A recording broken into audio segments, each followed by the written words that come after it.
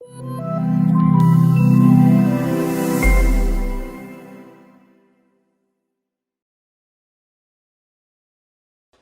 दोस्तों, मैं chartered accountant Sachin. आज आपको बताऊंगा कि मुद्रा लोन लेने के लिए जो एप्लीकेशन है, यानी कि एक तो 1 पेज की एप्लीकेशन है और एक है 3 पेज की। उस एप्लीकेशन की सबसे बड़ा रोल होता है मुद्रा लोन लेने के लिए। आप यकीन मानिए 40% लोगों की एप्लीकेशन ही गलत होती है, गलत तरीके से भरी होती है, जिसकी वजह से मुद्रा लोन एंटरटेन ही नहीं करता बैंक वाला। फॉर्म के अंदर कंट्रीब्यूशन गलत लिखा हुआ है, फॉर्म के अंदर मोबाइल नंबर नहीं है, उसके अंदर आपका SC ST सर्टिफिकेट गलत है, उसके अंदर आपने सैलरी फिगर नहीं भरी है।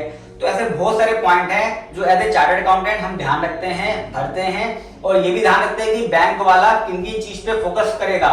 और ये भी बताऊंगा आज आपको मैं कि फॉर्म भरते वक्त जब आप किसी चीज को फिगर को भरते हैं तो बैंक वाला उसको किस नजर से देखता है। एग्जाम्पल के लिए, जब आप बैलेंस शीट की फिगर भरते हैं तो बैलेंस शीट की फिगर भरते वक्त वो देखता है कि आपके डेटर्स कितने हैं, क्रेडिटर्स कितने हैं, और आपकी फ्यूचर में इससे सेल कितनी होगी। आप सोचते हैं कि मुझे डाटा फीडिंग करनी है, दोस्तों डाटा फीडिंग नहीं है। उस फॉर्म के बेस पे जो मैं भी समझाने जा रहा हूँ, उसके बेस पे बैंक मैनेजर या बैंक वाला आपकी क्रेडिट रेटिंग को डिसाइड करता है कि आपको लोन देना है या नहीं देना है। चलिए अब मैं आपको सिखाता हूँ कि वो जो 3 पेज का फॉर्म है और 1 पेज का फॉर्म है उसे कैसे भरना है और किन किन बातों का ध्यान रखना है। चलिए दोस्तों, सबसे पहले आपको बताऊंगा जो आपका सबसे छोटा लोन आता है प्रधानमंत्री मुद्रा योजना के अंदर, जो 50,000 का मिलता है शिशु लोन का, उसकी सिर्फ 1 पेज की एप्लीकेशन है। हालांकि कॉमन फॉर्म भी है, लेकिन ये छोटा लोन है, इसको गरीब लोग ही भरते हैं ज़्यादातर। जो रेडी वाले होते हैं, छोटे छोटे जो ठेकेदार होते हैं, उनको ज़रूरतमंद लोगों को मिलता है ये। तो सिंपल सा 1 पेज का फॉर्म बनाया है, आप इसको समझ लीजिए कि 1 पेज का फॉर्म कैसे करना है। यहाँ पे आपने अपनी रिसेंट फ़ोटो खींची हुई है, जिसमें बैकग्राउंड जो पीछे होगा वो वाइट कलर का होगा। अपनी फ़ोटो लगाइए, यहाँ पे अपना नाम लिखिए, अपने फादर का नाम लिखिए। अगर कोई लेडीज अप्लाई कर रही है तो इसको फादर काट के हस्बैंड पे क्लिक कर दे। फॉर्म को तसल्ली से समझिए, देखिए कैसे भरना है। इसका एक प्रिंट आउट ले लीजिए, अपना नाम लिखिए। नाम लिखना है आधार कार्ड में से देखकर, ऐसा नहीं है जो लोग बोलते हैं वो लिख दिया। आधार कार्ड में देख के नाम लिखिए। अगर फादर है तो फादर का लिखिए, अगर किसी की वाइफ ने अप्लाई किया है तो उसका हस्बैंड का नाम यहाँ आ जाएगा। कॉन्स्टिट्यूशन, इसका मतलब होता है आप क्या हैं। आप इंडिविजुअल्स हैं, कोई ज्वाइंट में लोन लेने जा रहे हैं, प्रोप्राइटरशिप फर्म है, पार्टनरशिप फर्म है, या कोई अदर है। अगर आप इंडिविजुअल्स हैं, यानी कि मान लीजिए मैं सचिन हूँ, मैं अप्लाई कर रहा हूँ अपने नाम से ही, तो मेरा नाम यहाँ पे सचिन आ जाएगा, फादर नेम राजेंद्र आ जाएगा। अगर मेरी प्रोप्राइटरशिप फर्म है तो यहाँ लिख दीजिएगा आप सचिन ट्रेडर्स, ब्रैकेट में लिख दीजिएगा प्रोप्राइटर सचिन, ऐसे करके वो भी लिख सकते हैं। पार्टनरशिप फर्म है तो यहाँ पार्टनर का नाम आ जाएगा। जब पार्टनर का नाम लिखेंगे तो उसका कोई भी फादर या हस्बैंड नेम नहीं होगा, इसको आप छोड़ दीजिएगा और पार्टनरशिप पे क्लिक करिएगा। रेसिडेंशियल एड्रेस, जहाँ पे रह रहा है आप लोग रह रहे हैं वहाँ का एड्रेस डालिए। पार्टनरशिप फर्म है तो पार्टनरशिप फर्म में जो रजिस्टर्ड ऑफिस है वो डालिए।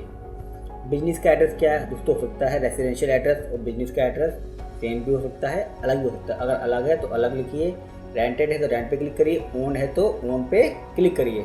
डेट ऑफ बर्थ आपके आधार कार्ड में जो आ रही है उसको लिखिए। मेल है तो मेल पे क्लिक करिए, फीमेल है तो फीमेल पे क्लिक कर दीजिए। आपकी क्वालिफिकेशन कितनी है, अगर आप पढ़े लिखे बिल्कुल भी नहीं है, इटलेटेड पे क्लिक करिए। 10वीं तक है 10वीं तक करिए, 12वीं ग्रेजुएट हैं। अगर आप कोई प्रोफेशनल हैं, मान लीजिए मैं चार्टर्ड अकाउंटेंट हूँ या डॉक्टर हूँ, कोई भी है, तो यहाँ पे क्लिक करके अपनी डिग्री को लिख दीजिए। अब KYC में जो आपने डॉक्यूमेंट्स देना चाहते हो वो दे दीजिए। वोटर ID देना है तो वोटर ID का नंबर लिखिए, आधार नंबर लिख दीजिए, लाइसेंस नंबर या कोई और आपका बना हुआ है आपके एरिया के हिसाब से वो यहाँ लिख दीजिए। अब टेलीफोन नंबर कुछ है तो वो लिख दीजिए, मोबाइल नंबर, ईमेल ID। अगर ईमेल ID नहीं बनाई है दोस्तों तो ईमेल ID बना लीजिएगा, जीमेल पे वो डाल दीजिएगा। आप कौन सा काम करना चाहते हैं या कर रहे हैं वो पर्पोज है वो लिख दीजिए। आप लिखिए मुझे टेम्पो लेना है या मुझे एक रेहड़ी लगानी है अंडे की, तो इस पर आप हिंदी में लिख दीजिए, कोई दिक्कत नहीं है। कितनी सेल आपकी हो सकती है पर्पोज, यानी कितनी सेल कर पाओगे वो लिख दीजिए यहाँ पे। आप स्किल का भी सर्टिफिकेट है आपके पास या अनस्किल्ड हैं तो यहाँ पे क्लिक कर दीजिए कि भैया मैं अनस्किल्ड हूँ। 50,000 का तो लोन लेना दोस्तों, 50 चीज़ इन्होंने पूछ ली, पर फिर भी कोई बात नहीं। आपकी जो कैटेगरी है, अगर जनरल है तो उस पर क्लिक करिए, SC ST है तो उस पर क्लिक करिए। अगर SC ST हैं तो साथ में सर्टिफिकेट भी लगाना पड़ेगा। कितना अमाउंट की ज़रूरत है, पूरा 50,000 लेना है, 20,000 लेना है, 30,000 लेना है। आपका जो बैंक अकाउंट है उसका कैंसिल चेक हाथ में रखिए, कैंसिल चेक को अटैच करिए और साथ में उसकी डिटेल लिखिए, अकाउंट नंबर और IFSC कोड। ये सब भरने के बाद दोस्तों जब आप करेंगे तो इसी के अंदर ही आपको अपना डेट डालना है। आप डिक्लेयर कर रहे हैं कि जो भी चीज़ें सही बता रहा हूँ, कुछ मैंने फर्जीवाड़ा नहीं करा है। डेट लिखिए, जहाँ पे आप लोन लेने जा रहे हैं वहाँ का प्लेस लिखिए, अपना अंगूठा मारना है तो अंगूठा मारिए, साइन कर सकते हैं साइन मारिए, हिंदी में जो आपके चेक पर साइन होते हैं वैसे ही करिएगा। ये जो भरा है दोस्तों ये फॉर ऑफिस यूज़ ओनली, यानी कि इसके बाद का जितना भी पोर्शन है ये पूरा का पूरा ये आपका बैंक वाला भरेगा और बैंक वाला आपको इसकी एक कॉपी साथ में दे देगा। ध्यान रखिएगा जब आप दे दें तो उससे कॉपी जरूर लीजिएगा, ऐसा ना हो दे दिया है बैंक वाले से लेना ही भूल गए। ये तो दोस्तों था एक पेज का जब आप 50,000 वाला लोन लेने जा रहे हैं। अब मैं आपको दिखाने जा रहा हूँ कि कॉमन फॉर्म जो है तीनों के लिए, यानी कि अगर आप शिशु के अलावा किशोर या तरुण लेने जा रहे हैं वो फॉर्म कैसे भरेंगे। ये देखिए दोस्तों 3 पेज का एक फॉर्म है, जैसे मैंने अपनी वीडियो में बताया ही था कि एक ही कॉमन फॉर्म बना रखा है। इसमें शिशु भी है, किशोर भी है, तरुण भी है। हालांकि शिशु के लिए वो जो 1 पेज का फॉर्म है मैं समझता हूँ सफिशिएंट है, काफ़ी है। 1 पेज का भर के आसानी से जल्दी मिल जाता है उसके अंदर, तो इसको ना भरें। इसको भरना है तो किशोर अप्लाई कर रहे हैं या तरुण अप्लाई कर रहे हैं, यानी कि 50,000 से 5 लाख वाला या 5 लाख से 10 लाख वाला, उसी केस में इस फॉर्म को भरिएगा। इसका दोस्तों मैंने लिंक डाल दिया है अपने कमेंट बॉक्स में, वहाँ पे क्लिक करके आप इसका प्रिंट आउट ले सकते हैं। फिर भी आपको अगर नहीं मिल पा रहा है आप अपना व्हाट्सअप नंबर डाल दीजिएगा, मैं उस पर भेज दूंगा, या अपनी ईमेल आईडी ड्रॉप कर दीजिएगा, मैं उसमें भी आपको इस फॉर्म को भर दूंगा।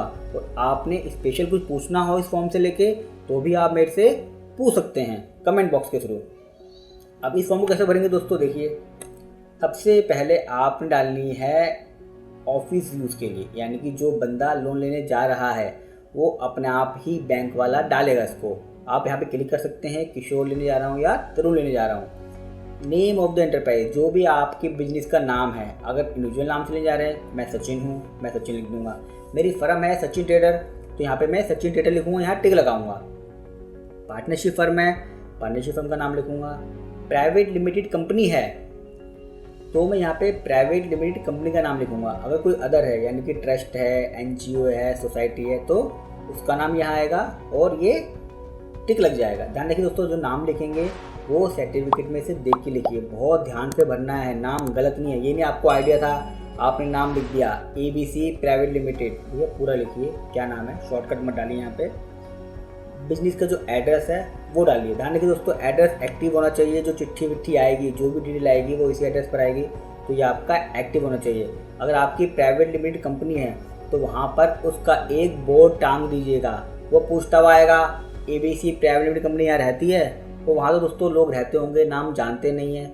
तो एज ए कंसल्टेंट हम भी क्या करते हैं, जब हम प्राइवेट लिमिटेड कंपनी का लोन अप्लाई करते हैं हम उस जगह पर एक A4 साइज का प्रिंट आउट लेके टांग देते हैं, इसमें कंपनी का नाम एड्रेस लिख देते हैं, ताकि कोई बंदा आए तो उसका नाम पढ़ ले। तो इसी का ध्यान रखिएगा कि पार्टनरशिप फर्म है, प्रोप्राइटरशिप फर्म है, ये प्राइवेट कंपनी है, तो उसका एक बोर्ड बना के जरूर टांग दीजिए उस एड्रेस पे। मोबाइल नंबर डालना है, अपना टेलीफोन नंबर, ईमेल आईडी।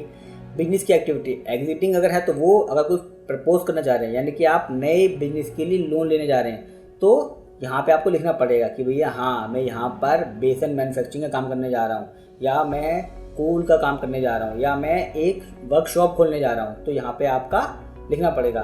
दोस्तों ये जो फॉर्मेट है ऐसा नहीं है कि इसी फॉर्मेट में भरना है, आप इसको टाइप कर सकते हैं, आप इसके साथ शीट इंक्लोज कर सकते हैं और हाथ से भर सकते हैं डिटेल में। ऐसा ना हो छोटी सी जगह है और इसी में घुचुर पुचुर कर दें, ऐसा ना हो। आप इसको वर्ड का फॉर्मेट है मैं आपको दे दूंगा, उसमें जगह काफ़ी सारी है, आप उसमें डिटेल में भर सकते हैं। ये जो फॉर्म है 2 से 3 पेज वाला या 3 पेज का कह लीजिए, ये फॉर्म 4 से 5 पेज का भी हो सकता है, इसे डिटेल में भी भर सकते हैं। ऐसा नहीं है कि ये इतना लिखा हुआ है तो मुझे इतना ही भरना है, छोटा छोटा लिख दूँ मैं, पेन से लिख देता हूँ, पेन से लिख देता हूँ, गुचुर पुचुर कर देता हूँ, ना, ढंग से बनना है। Date of commitment, date of commitment मतलब मैंने प्राइवेट लिमिटेड कंपनी कब बनाई है, पार्टनरशिप फर्म कब बनाई है, तो यहाँ पे उसकी डेट आएगी, पैन कार्ड से देख लेना। लेकिन अगर प्रोप्राइटरशिप फर्म है तो मैंने बिजनेस कब स्टार्ट करा है, तो दोस्तों ध्यान रखिए जब आपने बिजनेस स्टार्ट करा है, करने वाले हैं, उसकी डेट यहाँ डालिए। अगर GST सर्टिफिकेट लिया है तो इसका मतलब आपने GST सर्टिफिकेट लेके बिजनेस स्टार्ट कर दिया है, तो GST सर्टिफिकेट की डेट डालिए। यहाँ पे अपनी डेट ऑफ बर्थ मत लिखिएगा, जैसे इसकी जो डेट ऑफ बर्थ पार्टनरशिप की, प्राइवेट कंपनी की और लिमिटेड कंपनी की डेट ऑफ बर्थ ही लिखी जाती है, लेकिन आपकी डेट ऑफ बर्थ नहीं आएगी, वो तो आप पैदा हुए हो, आपने वो बिजनेस स्टार्ट नहीं करा। बिजनेस कब स्टार्ट करा है, जब आपने GST नंबर ले लिया, तो यहाँ पे GST नंबर की डेट डालिए। अगर GST नंबर नहीं लिया है तो आप कोई भी एस्टिमेटेड डेट जब आपने बिजनेस शुरू कर दिया या करेंगे वो डाल दीजिए। क्या आपकी यूनिट जो आपने नाम रखा है, मान लीजिए सचिन ट्रेडर, तो क्या वो रजिस्टर्ड है? अगर रजिस्टर्ड है यस, तो उसका नंबर डालिए, यानी कि जीएसटी नंबर हो गया, या आप अपनी लोकल अथॉरिटी में, म्यूनसिपल कॉरपोरेशन में रजिस्टर्ड हो गए हैं, शॉप एस्टेब्लिशमेंट एक्ट में रजिस्टर्ड है, उसको यहाँ पे नंबर डालिए। आपके रजिस्टर ऑफिस का एड्रेस फिर से यहाँ आ जाएगा। देखिए 2 जगह है, करंट बिजनेस एड्रेस और रजिस्टर, ये आपका सेम भी हो सकता है, अलग भी हो सकता है। फिर से वही कैटेगरी, स्किल्ड है, सेल्फ स्किल्ड है या अनस्किल्ड है, उस पर क्लिक करना है आपने। अगर कोई सर्टिफिकेट है वो लगाइए साथ में। आपकी कैटेगरी क्या है, माइनॉरिटी है, बुद्धिस्ट है। मैंने बताया था कि SC ST OBC को और माइनॉरिटी कम्युनिटी को, साथ में अगर वुमेन है तो मुद्रा में बहुत ही जल्दी प्रोसेसिंग होती है, बहुत ही जल्दी लोन मिलता है। अब बैकग्राउंड इन्फॉर्मेशन देखिए, आगे ना डिटेल वो जो मैंने बताया था कि आपने किन किन बातों का ध्यान रखना है और कौन कौन से डॉक्यूमेंट्स लगेंगे। अब इसके अंदर बैकग्राउंड इन्फॉर्मेशन आगे प्रोप्राइटर की, अगर सचिन ट्रेडर है तो सचिन प्रोप्राइटर हो गया, उसकी डिटेल आएगी। अगर आप पार्टनरशिप फर्म के थ्रू मुद्रा लोन लेने जा रहे हैं तो पार्टनरशिप फर्म के डॉक्यूमेंट्स तो लगाएंगे, साथ में जो पार्टनर हैं उनके भी लगाएंगे। अगर प्राइवेट लिमिटेड कंपनी के थ्रू अप्लाई करने जा रहे हैं तो प्राइवेट लिमिटेड कंपनी के भी डॉक्यूमेंट लगेंगे, साथ में जितने भी डायरेक्टर्स हैं उसके भी लगेंगे। अब देखिए यहाँ पे 1 और 2 लिखा हुआ है। अब मान लीजिए मेरे डायरेक्टर 4 हैं तो मैं क्या करूँगा, तो दोस्तों ये फॉर्म काम नहीं आएगा। आपको एक वर्ल्ड वाला फॉर्म होगा, वहाँ पे एडिट करके 3 और 4 लिखने पड़ेंगे, या साथ में एक वर्ड की फाइल बना के शीट अटैच कर दीजिए, कोई दिक्कत नहीं है, वो भी चलेगा।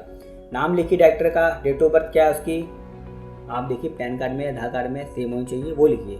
मेल है तो मेल, फीमेल है तो फीमेल। उसका रेसिडेंशियल एड्रेस, पूरा एड्रेस लिखिए पिन कोड के साथ। मैं फिर कह रहा हूँ, पूरा एड्रेस लिखिए पिन कोड के साथ। मोबाइल नंबर डालिए, जो उसकी क्वालिफिकेशन है मैक्सिमम वो डालिए।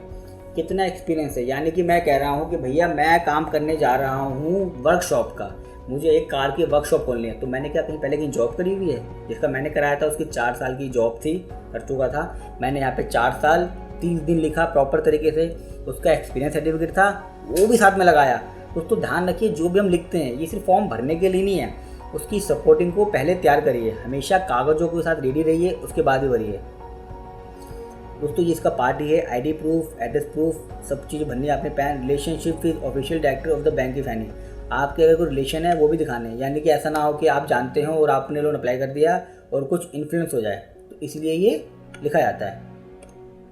Name of associate concern and nature of association. दोस्तों इसका मतलब क्या है, मान लीजिए मैं जिसके लिए लोन लेने जा रहा हूँ, मैं एक डायरेक्टर हूँ कंपनी में, हो सकता है मेरी कंपनियाँ 4 हों, मैं 4 कंपनी में डायरेक्टर हूँ, तो आपको बाकी कंपनियों के बारे में भी डिटेल देनी पड़ेगी भैया कि मेरी एक कंपनी एक और है ABC प्राइवेट लिमिटेड, मैं अप्लाई करने जा रहा हूँ, मेरी कंपनी और भी है ECS प्राइवेट लिमिटेड, इसका एड्रेस डालना पड़ेगा, किसके साथ उसकी बैंकिंग है भी वो डालना पड़ेगा, क्या नेचर है, यानी कि मैं कॉमन डायरेक्टर हूँ, तो आप यहाँ लिखोगे कॉमन डायरेक्टर। कितना इंटरेस्ट है मेरा भाई, कितने मेरी इसमें पार्टनरशिप फर्म है, कितनी मेरी इसमें शेयरिंग है, वो सब मुझे इसमें लिखना पड़ेगा, जितनी भी हैं सबको आपको देना पड़ेगा। वो इसलिए देखता है दोस्तों, उसका रीज़न है, रीज़न ये है वो जानना चाहता है कि भैया ये आदमी डिफॉल्टर तो नहीं है, बिजनेस कर रहा है नहीं कर रहा है, बाकी जगह से लोन लेके फॉल्ट तो नहीं किया, ऐसे तो नहीं कर रहा, कंपनियां बनाया जा रहा है और लोन को लिए जा रहा है। तो इस चीज़ को छुपाइएगा मत, क्योंकि जैसे ही वो आपके पैन नंबर से आपने जो डिटेल ऊपर ली है, ये देखिए जो ऊपर डिटेल आपने मांगी है, पार्टनर की पैन नंबर यहाँ पे लिया है, सब कुछ पैन नंबर, डिन नंबर आता है, तो सारी डिटेल ऑटोमेटिक बैंक वाले के पास होती है कि भैया आप कितनी कंपनी में डायरेक्टर हो, क्या क्या आपकी एसोसिएशन है, कितने फर्म में आप पार्टनरशिप फर्म में आप पार्टनर हो, आपकी कितनी प्रोप्राइटरशिप फर्म में, GST नंबर लिए हुए सब आ जाता है। तो कोई भी चीज़ में छुपाइएगा मत। हाँ आपको लगता है आप डिफॉल्टर हो चुके हो तो आपको दोस्तों लोन नहीं मिलेगा, ये भी ध्यान रखिएगा, इसलिए चेक किया था। कंपनी तो आपने नई बना ली है, लेकिन एज ए डायरेक्टर आपकी कोई कंपनी थी जो डिफॉल्टर हो गई है तो आप भी डिफॉल्टर मान जाओगे, आपको नई कंपनी में लोन नहीं मिलेगा। ये ऐसी बातें दोस्तों जो प्रैक्टिकल आदमी ही जानता है। एज ए चार्टर्ड अकाउंटेंट हम जब अप्लाई करते हैं इन चीज़ों को ध्यान रखते हैं और आपको भी बताई जा रही है। अब दोस्तों आपने बताना है कि आपके पास कितने बैंक अकाउंट हैं, हमने बताना है कब से काम कर रहे हैं, अकाउंट नंबर लिखने हैं, कितना अमाउंट आउटस्टैंडिंग है, पूरा ब्यौरा इसके अंदर देना है। ये आप कर सकते हैं। ये भी दोस्तों इसी तरह ही है। एक पॉइंट और है कि वर्किंग कैपिटल का क्या बेस है, एक्चुअल सेल कितनी हुई है, प्रोजेक्ट कितनी है। मैंने बताया था डॉक्यूमेंट्स में कि जब आप बनाते हैं तो भैया मेरी पिछले 2 सालों में इतनी सेल हो चुकी है, अगले 2 सालों में इतनी सेल करूँगा, अगर लोन मिल गया तो। दोस्तों मैं समझाया था, जो जी पॉइंट है यहाँ पूछ रहा है वर्किंग कैपिटल। अब वर्किंग कैपिटल का मतलब क्या है दोस्तों, जब हम माल खरीदते हैं और माल बेचते हैं, रेंट पे करते हैं, सैलरी देते हैं, वो सब हमारी वर्किंग कैपिटल बोलते हैं, यानी कि जो हमें हर महीने पैसा बिजनेस में चलाने के लिए लगाना पड़ता है, वो होता है वर्किंग कैपिटल। उस केस में कैश क्रेडिट लिमिट अप्लाई होती है, यानी कि आपका कितना वर्किंग साइकिल है। यानी कि आप कहते हो भैया मेरी महीने की सेल है 2 लाख रुपए, यानी कि आपकी महीने की 2 लाख की सेल है तो 1.5 लाख रुपए की परचेज होगी। तो यानी कि आपको महीने में 1.5 लाख रुपए की जरूरत पड़ती है। तो कितनी इन्वेंट्री लेते हो आप, कितने डेटर हैं आपके पास, कितने क्रेडिटर हैं, वो 1.5 लाख होगा, ये 2 लाख के आसपास होगा। आप अपना पैसा कितना लगाएंगे, प्रमोटर कंट्रीब्यूशन। ऐसा नहीं है कि बैंक का पैसा लिया, काम शुरू कर दिया, चल गया तो चल गया, वरना बैंक का पैसा गया तो गया। बैंक वाला हमेशा चाहता है कि आप अपना पैसा कितना लगा रहे हैं। अगर आप अपना पैसा लगा रहे हैं तो ही बैंक वाला इंटरेस्ट लेता है। यानी कि आप कह रहे हो कि भैया 10 लाख का लोन मैं आपसे मांग रहा हूँ तरुण में, तो मैं अपना भी 2 लाख लगाऊंगा। इससे बैंक वाले को ये तसल्ली होती है कि जब आदमी अपना पैसा लगाता है तो वो उस बिजनेस का ध्यान रखेगा, उसको चलाने की पूरी कोशिश करेगा और इस चीज़ का भी ध्यान रखेगा कि मेरा बिजनेस डूबे ना। वरना आप कहोगे भैया मुझे 10 लाख रुपये दे दीजिए, मेरे पास तो लगाने के लिए 1 रुपया भी नहीं है, तो आपका दोस्तों जो लोन सैंक्शन का क्राइटेरिया है वो 0 हो जाता है। बैंक वाला सोचता है यार ये अपना पैसा एक भी लगाना नहीं चाहता, सारा पैसा लोन लेना चाहता है, तो ये बिजनेस का ध्यान रखेगा क्या, इसका तो 1 रुपया भी नहीं है, इसका तो कोई इंटरेस्ट ही नहीं बनेगा ना बिजनेस को चलाने में ना बिजनेस को बढ़ाने में, तो हमारा लोन तो डूबना है। तो अगर आपका अपना पैसा नहीं लगा, मैं आपको बताऊं, मैं कम से कम जो एडवाइस करता हूं, कम से कम दोस्तों 20% आपका होना चाहिए। जितनी भी वीडियो हैं कम है बात अलग है, आप लिख के देख लीजिएगा, लेकिन मैं जो अप्लाई करवाता हूं, मैं जो एडवाइस करता हूं, जब हम जाते हैं बैंक वाले के पास, मैं कोशिश करता हूं किसी भी तरीके से बैंक अकाउंट के अंदर 20%, अगर 7 लाख का लोन ले रहा हूं तो 1,40,000 बैंक अकाउंट के अंदर होना चाहिए, ताकि बैंक वाला ये समझ सके कि भैया बंदा अपना पैसा भी लगा रहा है। हम उसको बताते भी हैं ये बात, स्पेशली बोलते भी हैं कि सर मेरा पैसा भी लग रहा है, जब तो आपका पैसा भी सुरक्षित है, क्या मैं अपना पैसा नहीं लगा रहा, मेरा पैसा ध्यान नहीं रख रहा, मुझे अपना पैसा भी तो रिकवर करना है, मेरे पास तो कोई मनी नहीं है, तो आपके पैसे का भी ध्यान रखा जाएगा मेरे पैसे के साथ ऑटोमेटिक। तो बैंक वाले इस बात से खुश होते हैं। अगर टर्म लोन लेना है, टर्म का मतलब कोई मशीनी खरीदनी है मेरे को, तो उसकी डिटेल देनी है। उसको डिटेल जो देनी है, ऐसा नहीं है एक गूगल पे लिखा आइडिया ले लिया, ऐसा नहीं है। आप पता करिए, 2-3 लोगों से कोटेशन मंगाइए, उस कोटेशन में जो सबसे कम हो GST का अमाउंट मिला के, अगर जो अमाउंट है वही लिखिए, ऐसा नहीं है राउंड ऑफ कर दीजिए, वो लिखिए। अच्छा इसमें टोटल कॉस्ट मशीन की आ गई, देखिए नाम भी पूछ रहा सप्लायर का, इसमें मशीन कॉस्ट आ गई। अच्छा मैं अपना पैसा कितना लगा रहा हूँ, फिर वही बात है दोस्तों, अगर मेरी मशीन 4 लाख रुपए की है तो कम से कम मैं 80,000 रुपये तो मैं लगाऊंगा। यानी कि मैं मान लीजिए एक कार खरीदना चाहता हूँ, एक टैक्सी खरीदना चाहता हूँ जो मैं ओला में या ऊबर में लगाना चाहता हूँ, उसकी कॉस्टिंग है 5 लाख रुपए की। अब 5 लाख में से 1 लाख रुपए जी मैं अपने पास से लगाऊंगा, 4 लाख का लोन लूँगा। तो बैंक वाला देखता है कि अच्छा यार 1 लाख रुपये इसने अपना भी लगाया है, बड़ी मेहनत करी है, 4 लाख रुपये हमसे ले रहा है, ओला ऊबर में कैब लगाएगा, इसका एग्रीमेंट भी साइन हो चुका है, तो इसका मतलब अपना पैसा लगाने पे भी ठीक है। ध्यान रखिएगा मैं फिर कह रहा हूँ, कोटेशन कॉपी साथ में लगाइएगा और यहाँ पे जो अमाउंट आएगा इंक्लूडिंग GST आएगा, ठीक है। Repayment period with moratorium period requested for, यानी कि आप कितने महीने या साल के लिए लोन लेना चाहते हैं। मैंने वीडियो में बताया था 3 से 5 साल तक के लिए मिलता है, तो आप लिख दीजिए। 6 महीने का मोरेटोरियम पीरियड मिलता है, वो लिख दीजिए, ताकि आपको शुरुआत में पैसा कम देना पड़े। एक आपकी आती है दोस्तों पास्ट परफॉर्मेंस फ्यूचर एस्टिमेट, यानी कि पिछला आपने क्या काम करा। अगर एग्जिटिंग बिजनेस है, बिजनेस को बढ़ाने के लिए जो तरुण होता है 10 लाख तक का मिलता है, वो बिजनेस को बढ़ाने के लिए मिलता है, तो इसमें पूछते हैं कि आपका क्या है। आपने प्रोजेक्टेड बैलेंस शीट बनाई थी 2 सालों की, पिछले 2 सालों की बैलेंस शीट आपकी बनी पड़ी है, मैंने कवर लेटर में बताया था, और जो क्या क्या डॉक्यूमेंट्स लगेंगे उसमें बताया था ये चीज़। अब देखिए यहाँ पे जरूरत पड़ गई है कि पिछले 2 साल का एक्चुअल क्या है, एस्टिमेट क्या है, और नेक्स्ट ईयर की पोजीशन क्या है, नेट सेल कितनी है, नेट प्रॉफिट कितना है, और कैपिटल कितनी है, ये आपकी बैलेंस शीट से निकल जाएगी। यहाँ दोस्तों एक बार दोबारा पॉइंट बताता हूँ जो मेरे से मिस हो गया था। फाइनेंशियल ईयर जो लिखा हुआ है, जैसे आप इस साल अगर लोन लेने जा रहे हैं तो यहाँ आप लिखेंगे फाइनेंशियल ईयर 18-19 और फाइनेंशियल ईयर 19-20, यानी कि इसकी एक्चुअल सेल आएगी।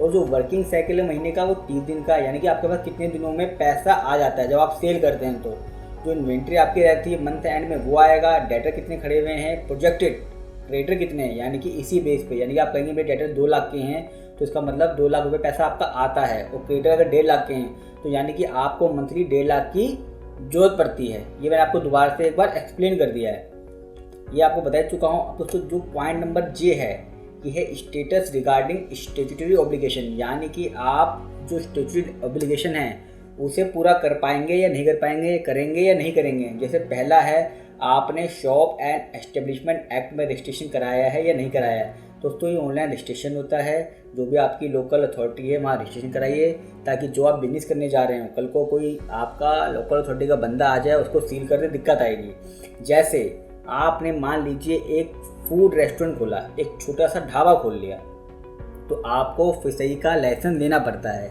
फिशरी का लाइसेंस अगर है तो यहाँ पे यस लिखिए, कुछ आपने रिमार्क डालने या रिमार्क भी लिख दीजिए। आप बताइए कि भैया मैंने फिशरी का लाइसेंस लिया हुआ है, ताकि बैंक वाला ये ना सोचे कि भाई अगर आपका काम फूड का था और आपने फिशरी का लाइसेंस नहीं लिया तो वो शॉप सील भी हो सकती है। बैंक वाला ये सोच के आपको लोन नहीं देगा।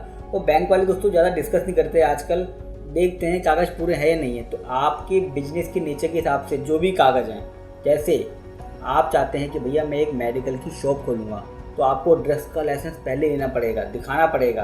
तो आप यहाँ पे यस लिखिए, ड्रग्स लाइसेंस को अटैच करिए, लेटेस्ट सेल टैक्स रिटर्न भरिए, इनकम टैक्स की रिटर्न भरिए नहीं भरिए लिखिए। इससे बैंक वाला वेरीफाई क्या करता है, वो देखता है कि भैया इसे बिजनेस की नॉलेज है, इसने सारी कंप्लाइंस करी हुई हैं, इसका बिजनेस में कोई दिक्कत नहीं आएगी, इसका बिजनेस कभी सील नहीं होगा, शॉप भी सही है, सारे रजिस्ट्रेशन करा लिए इसने, तो लोन लेने में कोई दिक्कत नहीं है। तो ये चीज़ों की कॉपी जरूर रख लीजिएगा और अप्लाई करने से पहले ही इन चीज़ों का रजिस्ट्रेशन करा लीजिएगा। डिक्लेरेशन है दोस्तों, आप डिक्लेरेशन दे रहे हैं यहाँ पे कि भैया जो भी चीज़ मैं दे रहा हूँ वो ठीक है, सब सही है, मैंने कोई गलत चीज़ डिक्लेयर नहीं करी है, फ़ोटो वगैरह लगा रहा हूँ, आधार कार्ड दे रहा हूँ, कोई फर्जी नहीं है, कोई दिक्कत आएगी आप मेरी चीज़ों को चेक कर सकते हो। और साथ में अगर आप पार्टनरशिप फर्म के थ्रू अप्लाई कर रहे हैं तो पार्टनर्स के फ़ोटो यहाँ आ जाएंगे। अगर आप डायरेक्टर हैं यानी कि कंपनी अप्लाई कर रही है तो जो डायरेक्टर्स हैं उनकी यहाँ फ़ोटो आ जाएगी। एक डायरेक्टर है तो एक तो होगा ही नहीं, दो होंगे कम से कम, दोनों की फ़ोटो आएगी। अगर पार्टनर दो हैं दोनों की फ़ोटो आएगी।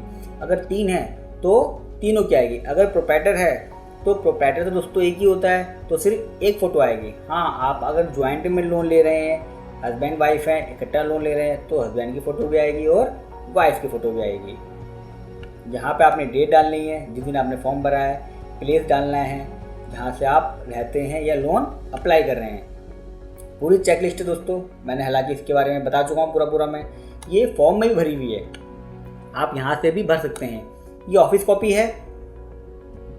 पूरा भरने के बाद सिस्टम में एंटर करेगा बैंक वाला, आपको उसकी कॉपी देगा। कॉपी लेना मत भूलिएगा, सिस्टम को समझ लीजिएगा और एक बार चेक करा लीजिएगा बैंक वाले से कि भैया आपका नाम वाम फीडिंग वगैरह जो भी चीज़ आपने डाली है उसने भी वैसे ही लिया है या नहीं लिया है, सिस्टम सही है कि नहीं है। जमा करते वक्त देखिए किस बंदे से आप बात कर रहे हैं, वो बंदे की पोस्ट क्या है, उसका नाम क्या है, इन चीज़ों का ध्यान रखिए क्योंकि इसमें फॉलो बहुत करना पड़ता है और बाद में याद ही नहीं रहता है आपने एप्लीकेशन किसको दी थी, आप किस दिन आए थे, किस दिन बात की थी। तो ये छोटी छोटी बातें हैं लेकिन बहुत दिक्कत करती हैं, तो इन चीज़ों का ध्यान रखिएगा। आशा करता हूं दोस्तों आपको समझ में आया होगा कि मुद्रा लोन के लिए एप्लीकेशन फॉर्म की कितनी बड़ी अहमियत है। सबसे पहला पेज बैंक वाला वही देखता है, उसको ध्यान से भरिएगा। आपको इसका फॉर्मेट चाहिए, अपनी ईमेल आईडी या व्हाट्सएप नंबर ड्रॉप कर दीजिएगा कमेंट बॉक्स में, मैं आपको उसका फॉर्मेट भेज दूंगा। मेरे पास वर्ड फाइल में भी है, हिंदी में भी है, इंग्लिश में भी है, ताकि आप उसको आराम से लिख सकें। आप इसे हाथ से ही भर सकते हैं, कंप्यूटर से भी भर सकते हैं, पेन से भरिएगा। साथ में एक बात और बता दूं, अगर आपकी इस एप्लीकेशन से जुड़ी हुई कोई भी क्वेरी है, आप पूछना चाहते हैं, आप मुझे कमेंट बॉक्स में लिख दीजिएगा, लेकिन डिटेल में लिखिएगा ताकि मैं आपकी क्वेरी को समझ सकूं। उसमें पॉइंट नंबर प्रॉपर डाल दीजिएगा कि फॉर्म का ये पॉइंट नंबर मुझे समझ में नहीं आ रहा, मेरी ये क्वेरी है, मुझे ये बता दीजिएगा। दोस्तों अगर आपने चैनल को अब तक सब्सक्राइब नहीं करा है और आपका रेड बटन शो कर रहा है तो इस पर क्लिक करके चैनल को सब्सक्राइब कर लीजिएगा, साथ में नोटिफिकेशन को ऑल कर दीजिएगा ताकि मुद्रा लोन से रिलेटेड सरकार की कोई भी इंफॉर्मेशन या कोई भी योजना है लोन से जुड़ी हुई, तैसे ही सरकार अपडेट करे, मैं इस चैनल पे वीडियो डालता हूं और आपके पास वो वीडियो तुरंत पहुंच जाए। साथ में दोस्तों अगर आपकी कोई भी क्वेरी है इस वीडियो से रिलेटेड या लोन के किसी भी पहलू को लेकर और आप कोई डॉक्यूमेंट चाहते हैं, आप कमेंट बॉक्स में मेरे से पूछ सकते हैं। साथ में अपनी ईमेल आईडी भी लिख दीजिएगा, मैं फिर से कह रहा हूँ, ताकि आपको कोई भी फॉर्मेट चाहिए, कोई भी इन्फॉर्मेशन चाहिए एज ए चार्टर्ड अकाउंटेंट, हम आपको वो पहुँचा सकें। साथ में दोस्तों एक बात मैं और कहना चाहता हूं, अगर आपकी कोई भी क्वेरी है, आपको लगता है आप मेरे से पूछना चाहते हैं, उससे पहले मेरे चैनल पे एक बार देख लीजिएगा। मैंने लगभग सभी टॉपिकों पे वीडियो बना रखी हैं, चाहे वो आपकी कोई भी MSME स्कीम हो कि कौन कौन सी MSME स्कीम है, बिजनेस की शुरुआत कैसे करनी है, नए बिजनेस को MSME लोन कैसे मिलेगा, या MSME में सरकार के जितने बड़े फैसले हैं वो देखना है, या कितने करोड़ का लोन बढ़ चुका है और वो लोन कैसे बटा है। साथ में आपको ये भी देख सकते हैं कि MSME से रजिस्ट्रेशन से लोन कैसे मिलेगा, और MSME के लिए अगर प्रोजेक्ट रिपोर्ट बनानी है तो वो कैसे बनाएंगे। तो आपसे मेरी फिर से रिक्वेस्ट है कि मेरे को फ़ोन करने से या कमेंट डालने से पहले एक बार चैनल पे विजिट जरूर कर लें, ताकि आपकी जो क्वेरी है हो सकता है वो वीडियो मैंने ऑलरेडी बना रखी हो। वीडियो देखने के लिए थैंक यू दोस्तों।